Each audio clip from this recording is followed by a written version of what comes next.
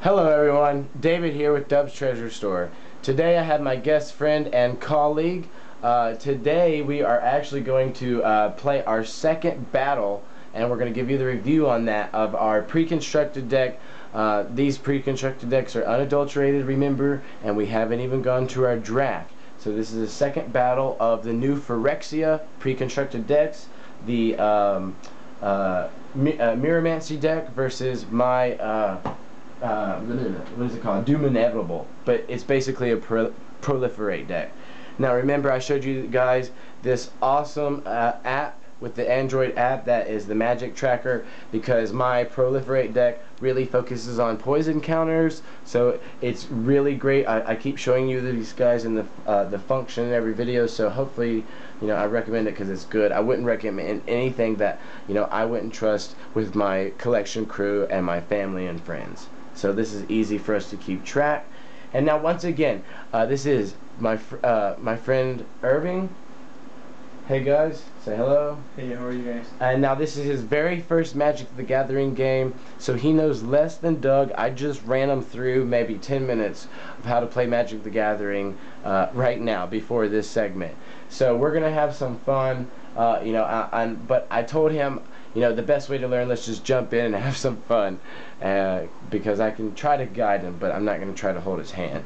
So hopefully it'll be an awesome challenge, and we're gonna get straight into it. So first of all, let's roll the dice to see who goes first, because we haven't even shuffled our decks. We got to shuffle because where we ended on was me stomping Doug's face the very first battle, and we didn't shuffle these decks. So what would you like to do? Would you like to flip a coin, roll a d20 or a d4 to see who goes first? Okay, we're always rolling for highest. I forgot to tell you that, but always.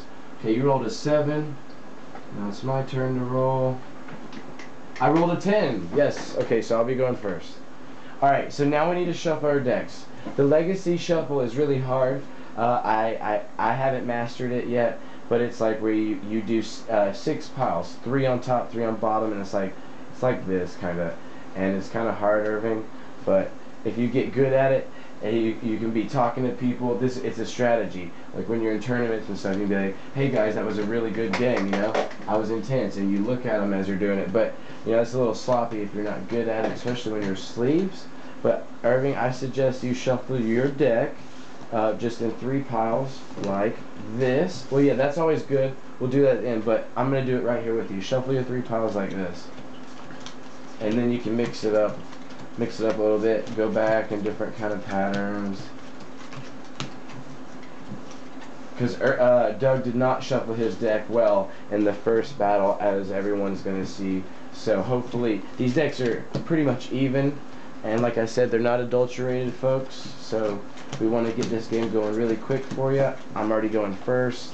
So we got things lining up. Just bear with us while we finish.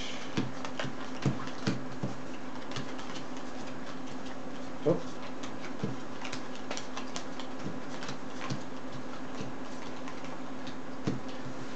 And these are just fun, you know. Usually I put serious decks in sleeve protectors, but I just got these and busted them out for us to have fun last night and tonight. You know, we missed Doug, but we just wanted to go on with the continuation. We don't want to wait on anyone, and we have plenty of friends and other constituents in the Dubs collection crew. So Irving, then take your 3 stacks and just stack them on randomly, whatever. Then give them that little side shuffle like you're doing is always good, like that. You know, you got it. Alright, and when you're done, say cut your deck. That's always, you know, good sportsmanship, maybe good luck. Some people are superstitious. Cut your I'll deck. cut yours like this. You can cut mine however you'd like. Alright, then so draw your 7 cards. And let's keep our library right here. Put your library, yep, there you go. And we'll keep our discard pile here. And make sure our discard pile's in view. Let me check the camera so I have the perfect shot for you guys so we don't have to double check. Yep, the discard pile is in the view. Make sure we are recording. Yes, we are recording. Alright, I just wanted to double check. Alright, so anyways, I will keep my hand. Irving, are you good? Do you have at least 1 to 2, do you have at least 2 lands in your hand? Yeah. Alright, so we're good to go. I will start by laying a island. And I cannot do anything on my first turn. I will say go. And I will bring down a mountain. Draw. Oh, I'm sorry. I forgot. It's only the person on there that goes very first that doesn't get to draw a card. On your first turn, you do get to draw a card. So go ahead and draw your card. Then you would lay your mountain. Okay. I forgot to tell you that. You can go ahead and leave the mountain. It's fine. Okay. So can you drop anything on your first mana? Do you have any 1-drops? Red mana 1-drops? Probably not. No. These are starter decks. They don't get starter decks don't give you a lot of concise.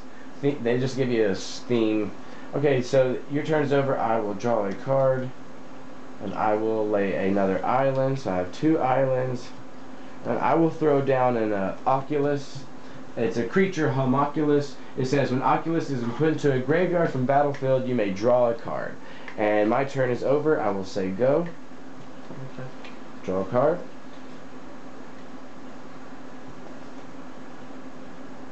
Lay a land. Good deals. Oh yeah, that's good composition. Yep. Proliferate, guys. I can't talk tonight. Is blue-black, and his Mirromancy is blue-red. So. But like with that claim. You have 2 mana. You can float a red and a blue mana, so you can cast something that has a converted mana cost of 2. Well, I want to throw down a. No, that takes 3. 2 color. So this is a trial run. This is his very first run. Like I said, the circle with the number in it is how many mana you need to spend as well. So you needed 1 red mana to activate it, and then you could spend any 2 colorless mana in the circle to pay for it. But that one costs 3, essentially, to come out. So do you not have any other 2? No. No, that's 3. How is it 3? 3. It takes 2 red mana. You need 2 mountains and 1 colorless to play your shaman. Oh, okay. Never mind. Like, see? Okay. I mean, maybe this one. What? Okay. Oh, that's an instant. It's a lightning bolt. Yeah, you should have done. Did you have that on the first turn? Yeah. No, I pulled it out. Oh, you pulled that out? Okay, so go ahead and tap your mana. Go ahead and tap your land. And, no, you only need to tap your mountain. Go, and so say you're summoning the lightning bolt spell on me. Now what you can do, read it for the camera so people can. Lightning bolt deals 3 damage to target creature or player. So you can deal 3 damage to me, or you can kill my creature. And we're about to use my awesome mana, my mobile tracker. 3 damage to you. You want to do 3 damage to me? Okay, so that puts me at 17. Alright, so that card resolves on the stack. It's done. It fizzles. You're done. It goes into your discard pile. There you go. And I believe your turn's probably over. There's probably nothing else you can do with 1 blue mana. So, alright. During my turn, I will go upkeep and untap. Draw a card, guys. I didn't get a land, so I'll skip my drop and land sequence, and I will lay a Murksire. Murksire says, when Murksire is put into a graveyard from the battlefield, put a 1/1 colorless Myr artifact creature token onto the battlefield. So it's a creature token generator. Somehow I'll pull it from my graveyard, maybe. And I will attack you for 1, since you have no creatures and you're wide open, which puts you at 19. And I will say go. Okay. So go upkeep. Upkeep. And I'll pull a card. Yep.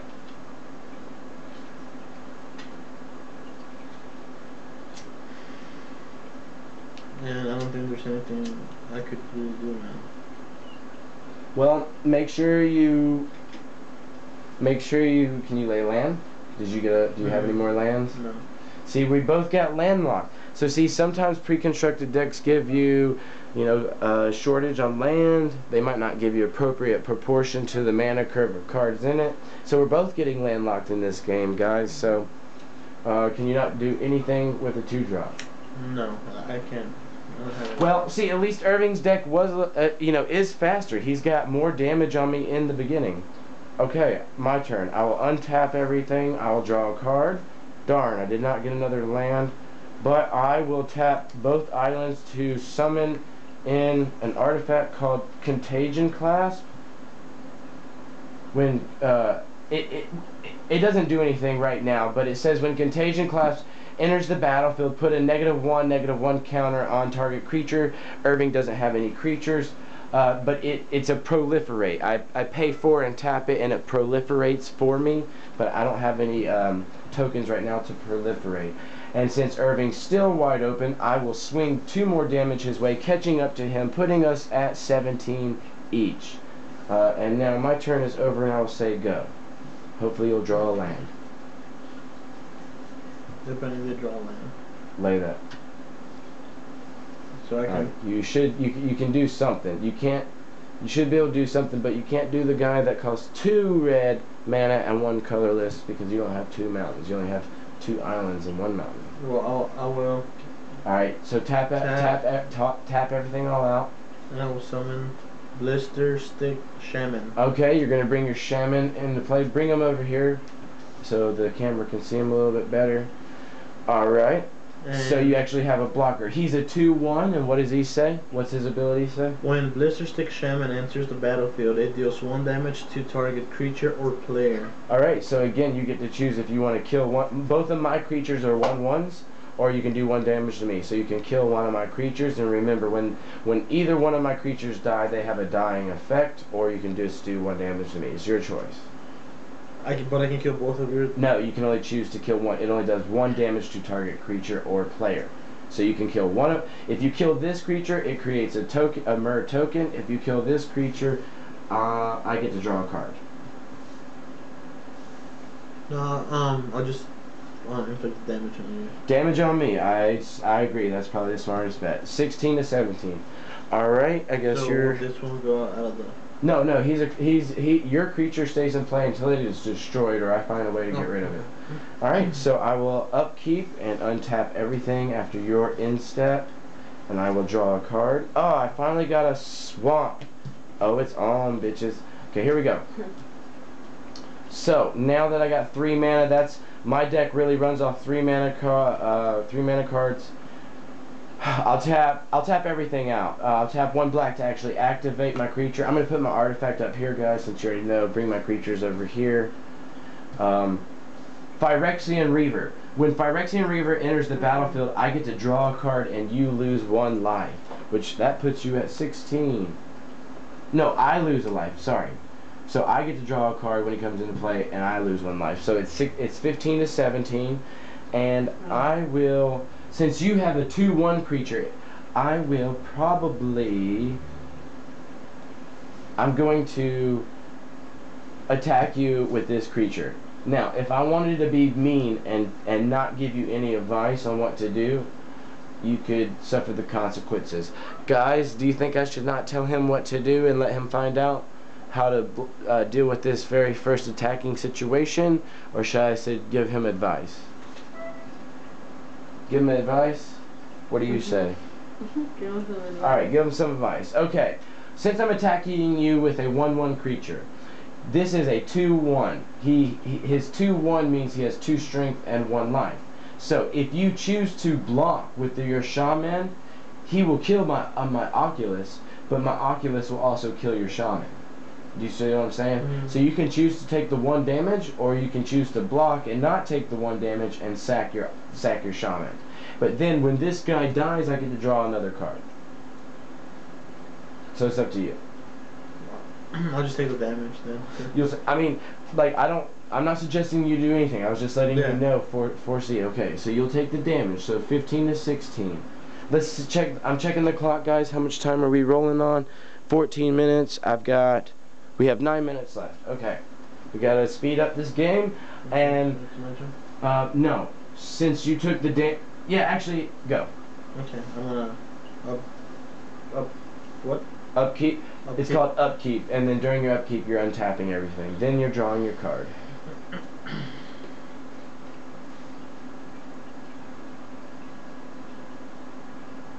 It's fun, isn't it? That's okay. So I get to bring 1 down, right? Did you draw a land? No. Oh, you didn't get a land this time. Do you have more than? Did you end your last turn with more than 7 cards in your hand? How many cards do you have in your hand now? 7. Okay, yeah, you're not supposed to end the turn with more than 7 cards in your hand. Always. I forgot to tell you that as well because we were in a speed. But no, you're good. So you don't have any creatures or any spells that you can play for 3 mana? Well, I have this one. Play it. Just play it and see what happens. Tap. Go ahead and tap the mana. It's the only thing. If it's the only thing you can do, let's find out what it does. Okay, I'll tap 1. Yeah, play your spells over here so people can see. All right, so he's paying 1 to cast a what is it? Let me read it. Preordained sorcery spell. Okay, it's got scry 2. So basically, it says scry 2, then draw a card. To scry 2, look at the top 2 cards of your library. So look at the top 2 cards of your library. Okay. Then put them in any number. Then put any number of them on the bottom of your library, and the rest of them on the top in any order. So you can choose to put those 2 cards in any order on top or bottom of your library, and then after you do that, you get to draw a card. And this fizzles and goes into your discard pile. Okay, so what do I do? You basically, it's basically allowing you to look at the next 2 cards that were going to come in your, it's allowing you to control what's coming in your deck. So if you don't like those cards, you can put them in the bottom of your deck. What if I like them, just keep them there? If you don't like one of them, you can put one in the bottom of your deck, or you can put one on top, or if you want a certain one to come out on top, you can put the other one on top. You see what I'm saying? Okay, yeah. You can make this card come out on top, or this one come out on top. I'll keep one of that. And then you get to draw a card. Okay? So now you can, if you want. Remember, I attacked you with this guy, so he cannot block. He's tapped. I have these 2 blockers, and you can attack me, and he can kill either one of these creatures if I choose to block. And most likely, I would block. I wouldn't take your 2 damage. So if I were you, I would try to always attack with my creatures every turn if possible. There's always try to keep constant pressure. It's up to you. You don't have to attack this turn if you don't feel like it. But that's my playstyle. I try to always attack every turn. Because I've been pinging you for 1 damage here and there. It's been coming on. Okay. Well, I'll attack you then. Okay. Well then I will block with this creature. It kills your shaman. And then when this creature dies, it creates a 1/1 Mer token. So basically this turns it back into a 1/1. Okay? So, I guess you are done. I will untap everything and draw a card. But I have 7 right now. Yeah, you're fine. Okay, I got an island. So I got 4 mana I can play with. This is going to be, hopefully this will be fun. Alright, I will tap 4 and bring in a Trigon of Corruption. It's another artifact that says, Trigon of Corruption enters the battlefield with 3 1/1 counters on it. Do you have any pennies or any change? Do we have? Yeah, alright. We need 3 counters, like 3 pennies or something. 3 coins. Alright, there we go, cool. Alright, so he's got 3 charge counters on it. We'll worry about what it does later because I can't do anything now. So since you're wide open, let's go ahead and get this game open. I will attack you with 2, 1, and 1. So that's 4 damage total, which puts you at 12, sir. Okay? And my turn is over. I'll say go. Okay. I'll keep, and I will bring a draw a card first. Draw a card first. Okay. I will bring the mountain down. Sweet. Now you should be able to put something in play or do something. Okay. Your deck runs off 4 pretty smooth. And I'm gonna bring a Peace Trader down.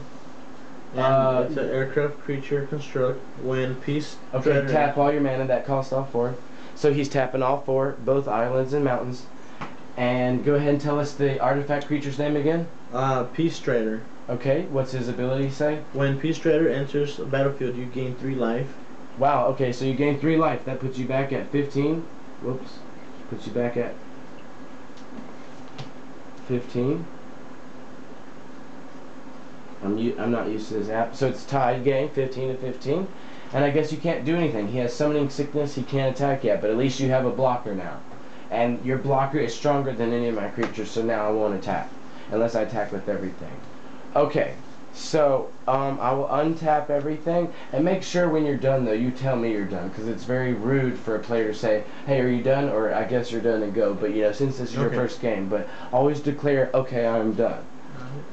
Because because Irving, if someone is taking advantage of you and like, hey, are you done? Are you done rushing you, putting that pressure on you? That's when you be like, you can't take your shot. Be like, no, and think about it and be like, no, okay, I am done. Good to go. People respect that authority. All right, so I untapped everything. I drew a card. I'll tap 4 again and bring in a Pierce Strider. When Pierce Strider enters the battlefield, target opponent loses 3 life. So that puts you back down to 12. 15 to 12. I'll say go, sir. Okay, and I'm on upkeep. How much time left do we have on the camera? 4 minutes. 4 minutes, okay. Yeah, we were trying to make this a quick 20-minute game. If he doesn't do something fast, I think this will be toast. Okay, and I'm gonna bring your human rogue. Courier down. You only need to tap 1. Okay, bring it over here. Okay, so he brought in a Crow's Courier. It's a creature human rogue, and it has Forest Walk, which doesn't affect me, but Forest Walk is good. It's a 2/3, and now you're setting up blockers, because if you didn't have that blocker, I might have hurt you pretty bad. I guess you're done. It's your turn. Yeah. Yes, sir. Okay. Thank you, sir. Upkeep. Untap everything. Draw a card. Okay. I got 5 lands in play now. Whoa. Okay. I'm gonna play Vivisection. It's 4. Tap 3 blue islands and 1 black to play Vivisection. It's a sorcery that reads, as an additional cost to cast Vivisection, sacrifice a creature, and then I draw 3 cards. First card in my discard pile, I will sack the 1/1. Actually, no, wait. I will sack the Oculus. When I sack the Oculus, I'll draw a card as well. So I get to draw 4 cards now. And then I will not attack you, and I will say go, sir. Okay. I'm gonna upkeep the cards. I'll pull a card. Alright, so it's my turn, correct? Yes.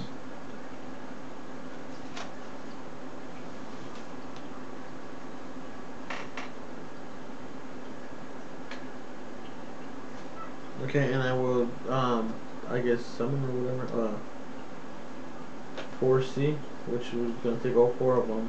Alright, so Irving's tapping all out to play a 4C sorcery spell. Read the ability to us, sir. It says Scry 4, which means you get to look at the top. Remember, Scry is an ability, but Scry 4 means you get to look at the top 4 cards, put them in any order on the top or bottom of your library, and then, what does it say after that? And then you get to draw 2 cards. It fizzles on the stack. Okay, well now as Irving is Scry 4ing and drawing his 2 cards, we're going to take a break, guys, and we're definitely going to finish this game. When we come back, we will finish it in HD. Hope you follow us and up on this clear, decisive victory.